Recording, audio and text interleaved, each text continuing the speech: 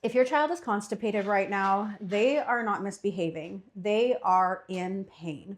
And that pain is running the entire show of their lives. The meltdowns, the aggression, that stimming that seems to appear out of literally nowhere, it is not a coincidence. Hi, I'm Natalie Pelto, nutritional therapist and brain development specialist, and I am one of the co-founders of Blue Life RX, a neuronutrition program for autism families. And today I want to talk to you about something that I guarantee, or there's a high likelihood, that no one has ever brought up in one of your appointments. Your child's gut is wired directly to their brain.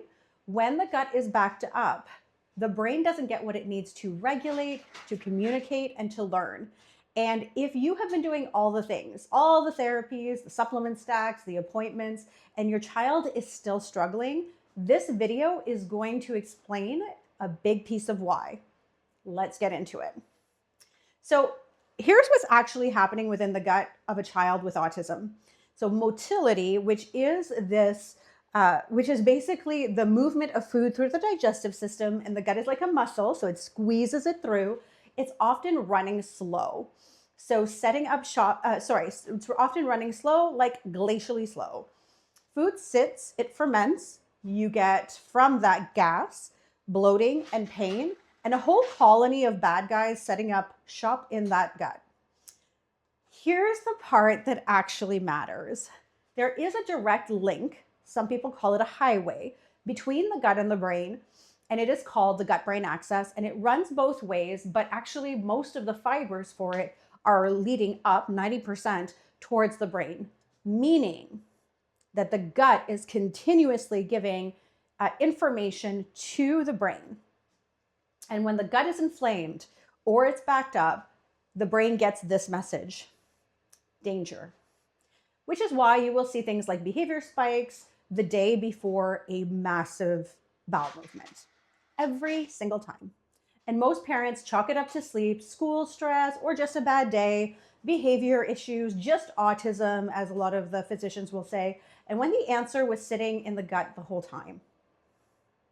And here's the thing about nonverbal kids, and honestly, a lot of verbal kids too, who don't have language for internal experience. They cannot tell you that they're in pain. They can't say, my stomach hurts. They can't say, I feel terrible, I need help. What they can do is allow their bodies to speak loud for them, which looks like a meltdown, hitting, self-injury, refuse every food on the plate when yesterday they tried it, stim until they're exhausted because of their nervous system is so deregulated through that connection. So that's the communication. It's the only tool they have. And when we look at those behaviors through a behavioral lens, we miss everything. We try to extinguish the behavior. We double down on therapy. We get stricter. And the child is sitting there thinking, nobody is listening to my body, or I hurt. They don't know how to tell you.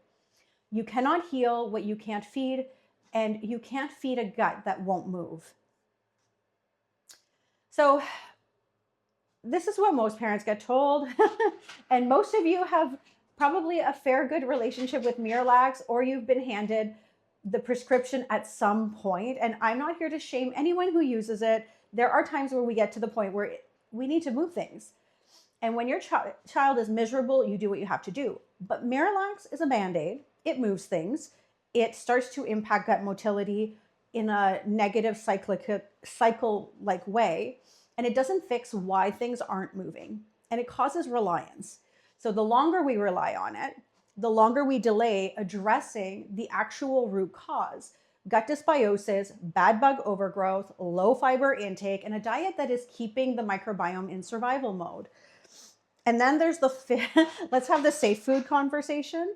I get it. When your child is melting down at the table and you just need to get food in them, the last thing you want to do is rock the boat.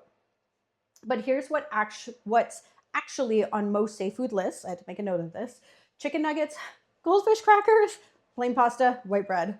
I am an experienced individual in this area. My son only had 3 foods. Chicken nuggets, goldfish were on there. That was actually not really a food that we gave very often. Grilled cheese, French fries. Some of you may be like, oh, it's like she lives with me. Those are not neutral. Those are actively feeding the bad guys. So we keep serving the safe foods to avoid a fight, and we accidentally keep the gut stuck, and we're actually recreating the fight without knowing it. And this is not your fault. I'm not doing this or saying this to put blame on you.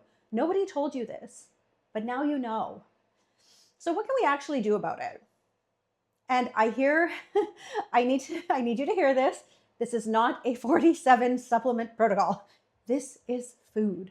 We start by opening up the detox pathways using food, fiber, water, specific textures, and food groups, and foods that support motility naturally. We don't go from chicken nuggets to a rainbow plate overnight. Trust me, I have never seen that happen. I have seen it in a few months, but that's not how we work. We use food chaining, a fading technique, microscopic 10% shifts from what a child already eats, building the trust with the body before we ask it to do hard things. And I use this analogy with families all the time. Imagine that your child is a burnt down rainforest. Years of limited diet, antibiotics, chronic inflammation, the forest got cleared. And the first thing to grow back are the grasses, the simple microbes. As we stay consistent with food diversity, the big trees come back. And these are the ones that create the whole canopy together. They create an environment for even more of the healthy microbes to grow.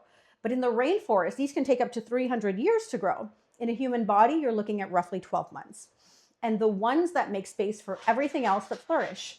And so that's the microbiome healing. It does take time very well spent that you're going to have to go through hardships anyways, but it does keep working.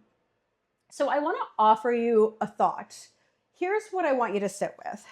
If 6 months from now, the gut is still backed up, the safe food list hasn't changed, and we haven't touched the root cause, the behaviors are going to get louder, the therapy gaps get wider, the window for gut restoration takes longer to address, and this isn't urgency for urgency's sake, it's timing.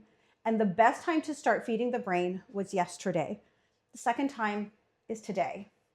Okay, so if you've watched this and you're thinking, okay, but where do I actually start? I made something for you.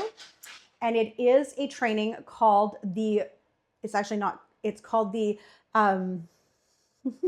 the milestone method.